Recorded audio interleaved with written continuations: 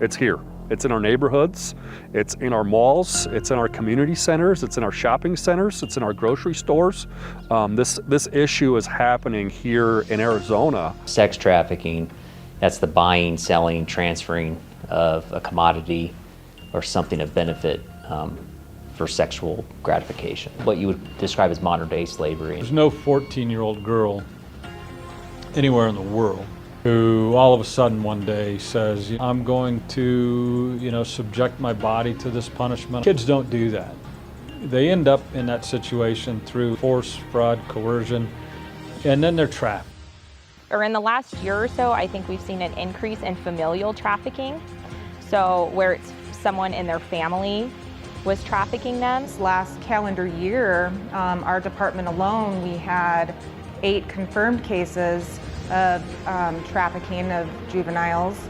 There's been a steady increase across the nation, which we've seen here being so close to the border. Over 100,000 unaccompanied minors have gotten into the country. Many of them have fallen into forced labor or forced sex. A lot of times what you'll see is drug trafficking and sex trafficking, or there's a close knit.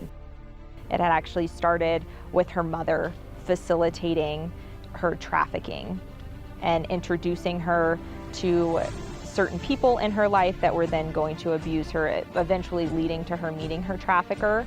But her mom had been using her when she didn't have money for rent or when she didn't have money for drugs.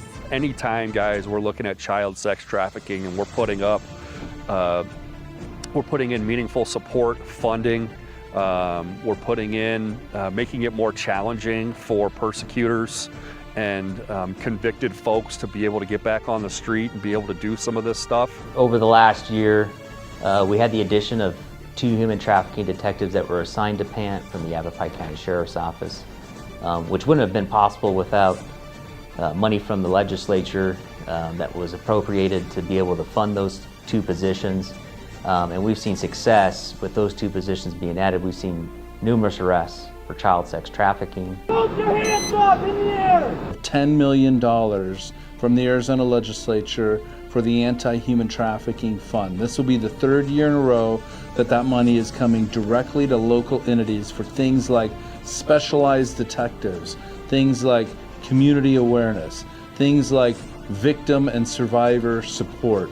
The Arizona Sheriff's Association supports that, has been working with our legislators to get that funding and keep it going. The education of trafficking has definitely become more intense. We are now able to identify it and start prevention right away. We have to make the public aware of what's going on.